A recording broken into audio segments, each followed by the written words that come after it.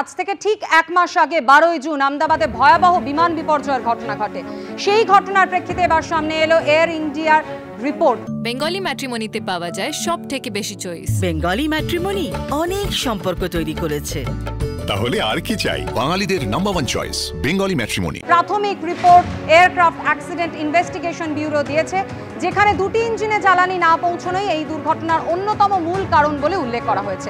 আরো বিস্তারিত জানতে কথা বলে নেব ব্রতদীপ ভট্টাচার্য আমাদের প্রতিনিধির সঙ্গে রয়েছেন। ব্রতদীপ, এআইবির এই প্রাথমিক রিপোর্টে ঠিক কি বিষয়ের উল্লেখ রয়েছে?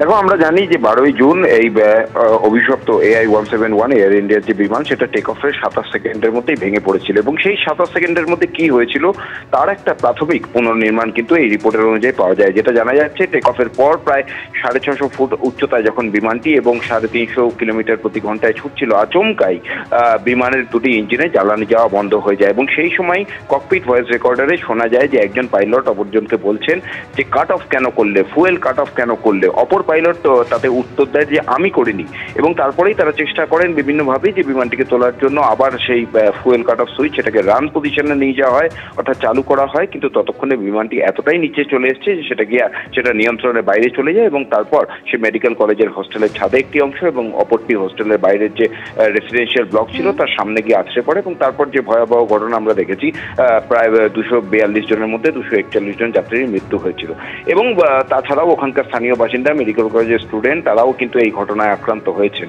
মোট 260 জনের মৃত্যু হয়েছে বলে জানানো হয়েছে এই রিপোর্টে এবং 67 জন তারা গুরুতরভাবে আহত। এখন প্রশ্ন হচ্ছে যে জ্বালানির যে সুইচ সেটাকে বন্ধ কে করলো এবং নাকি সেটাকে কোনো যান্ত্রিক ত্রুটির কারণে জ্বালানি যাওয়া বন্ধ হয়ে গিয়েছিল, সেই সুইচে কোনো যান্ত্রিক ত্রুটি হয়েছিল। গোটাটাই কিন্তু জানা যাবে পূর্ণাঙ্গ রিপোর্ট আসার পর। একটা ইঞ্জিন তো স্পুল আপ করেছিল বা করছিল ইন দ্য প্রসেস, আরেকটাকে ইগনাইট করতে গেছিল, বাই দ্যাট টাইম একটা ক্র্যাশ।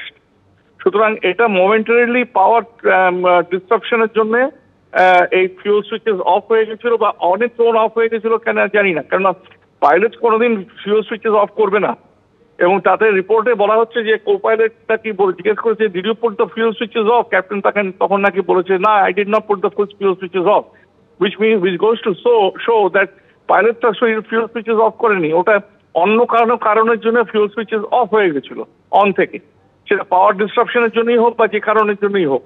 হ্যাঁ, এই যার ফলে হচ্ছে কি পাওয়ার ফিউল সাপ্লাইটা ইঞ্জিনে বন্ধ হয়ে গেছিল এবং ইঞ্জিন ফেল করে গেছিল। অবজারভেশন কি অটোমেটিকলি নিজে due to technical or software glitch fuel switch দুটোই অফ হয়ে যাচ্ছে। So and they have issued directive for the same, but whether this case has been happened same or not, I don't know.